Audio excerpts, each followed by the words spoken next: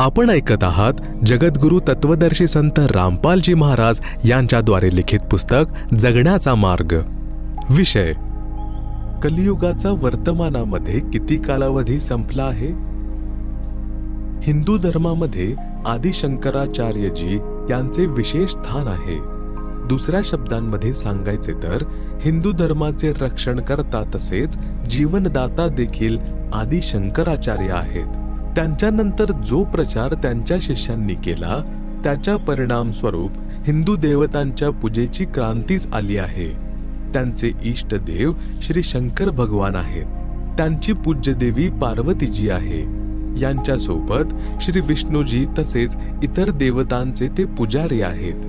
विशेषकर पंचदेव पूजाचे विधान आहे।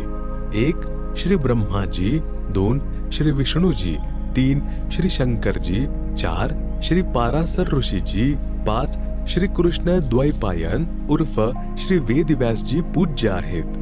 पुस्तक जीवनी आदि शंकराचार्य मध्ये लिहिले आहे की आदि शंकराचार्यजी यांचा जन्म 508 वर्ष ईसाजी यांच्या पूर्वी झाला होता। नंतर पुस्तक हिमालय तीर्थ मध्ये भविष्यवाणी केली होती जी आदि शंकराचार्यजी यांच्या जन्मापूर्वीची आहे। म्हटले आहे की आदि शंकराचार्यजी यांचा जन्म कलियुगाची 3000 वर्ष झाल्यानंतर होईल। आता गणिती पद्धतीने हे तपासून पाहूया। वर्तमानात म्हणजे 2012 मध्ये कलियुग किती झाले आहे। आदि शंकराचार्यजी यांचा जन्म ईसाजी यांच्या जन्मापासून 508 वर्षांपूर्वी झाला। ईसाजीच्या जन्माला झाले 2012 वर्ष।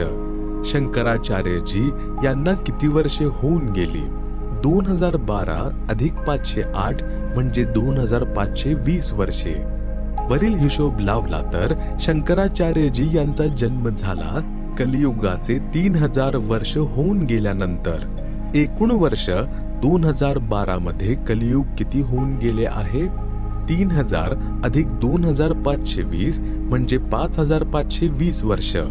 आता पाहूयात की कलियुगाची 5505 वर्ष कोणत्या वर्षी पूर्ण होतात। 5520 वजा 5505 म्हणजे 15 वर्षे 2012 च्या पूर्वी। 2012 वजा 15 म्हणजे 1997 इसवी सन मध्ये कलियुग 5505 वर्ष पूर्ण होतात। संवतच्या हिशोबाने स्वदेशी वर्ष फाल्गुन महिन्यात म्हणजे फेब्रुवारी ते मार्च मध्ये पूर्ण होते।